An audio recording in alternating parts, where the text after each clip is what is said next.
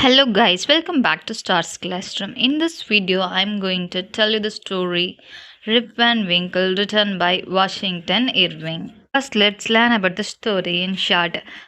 First, published in 1819, Rip Van Winkle is one of the most famous pieces of written by Washington Irving, whose contribution to American literature was considerable.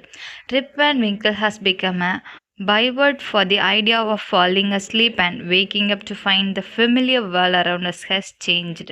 Rip Van Winkle is a story about a man named Rip Van Winkle. Both the man in the story and the title of the story are both are same, okay? Let's learn the summary. In a village near the Catskill Mountain in New York lives a man named Rip Van Winkle, a kind neighbor and a henpecked husband. He is dutiful and quick to help his friends and neighbors, and is well liked. In addition to his termagant or fierce wife, he has children, including a son also named Rip, who bears a strong resemblance to his father. Rip Van Winkle also has a dog, Oof, who is also put upon by Dame Van Winkle, Rip's wife. Rip's farm is constant source of trouble for him, and the only pleasure he derives is from his regular meetings with other men of the village who meet outside the local pub named after King George III, Great Britain, to discuss village gossip and other topics. One day, Rip Van Winkle goes for a walk up the Catskill Mountain with his dog Oof for company, and he is about to descend. He hears someone shouting his name. A strange, short man with a grey beard appears, wearing antique Dutch clothes. He beckons Rip to follow him, and they arrived at Woodland Amphitheatre, where strange people are playing ninepins. They are also dressed in old clothes. The man who has led Rip here has a keg of alcoholic drink which he shares with these speakers. Rip tries to drink and takes such a shining to it that he ends up drinking too much of it, and he sinks into a deep sleep. When he wakes up, all the strange figures have gone, including the man with a keg of liquor.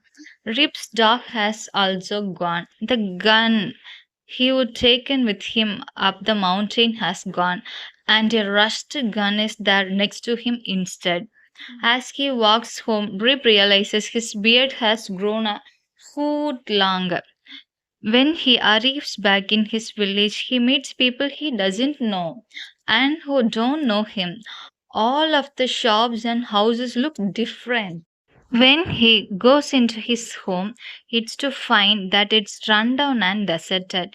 Going out into the street, he finds that the pub he used to meet with his friends outside has changed from the King George III to the General Washington. Trip speaks with the villagers and asks if any of them know two of his friends whom he names. They tell him that those two friends have died. Rip asks them if anyone knows a man named Rip Van Winkle. They point to a man who looks just like Rip, his son, now grown up and resembling his father. Rip's daughter, also grown up, appears with a baby. Rip asks her who her father was. She replies that his name was Rip Van Winkle, but that he disappeared 20 years ago after he went for a walk in the mountains. They feared he would been captured by Native Americans or had shot himself. It turns out that Rip Van Winkle thought he would slept for one night, but he had, in fact, been asleep for 20 years. Rip asked his daughter what happened to her mother, Rip's wife. Upon learning that she has died, Rip is relieved, so henpecked was he. At this point, old Peter Wanderdonk, a descendant of a great historian, appears and corroborates Rip's story.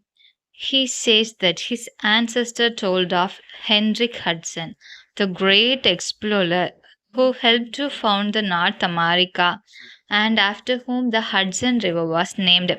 keeping a vigil in the Catskill Mountain every 20 years with his crew. Rip's visit to the mountains just happened to coincide with one of these vigils. Rip settles down to watch his grandchildren grow, and his son tends to farm while Rip Sr. enjoys his retirement. He eventually reacquaints himself with his remaining friends in the village who take up their regular meets outside the pub. And Rip and Winkle becomes revered as a village elder and patriarch who remember what the villages was like before the American Revolutionary War.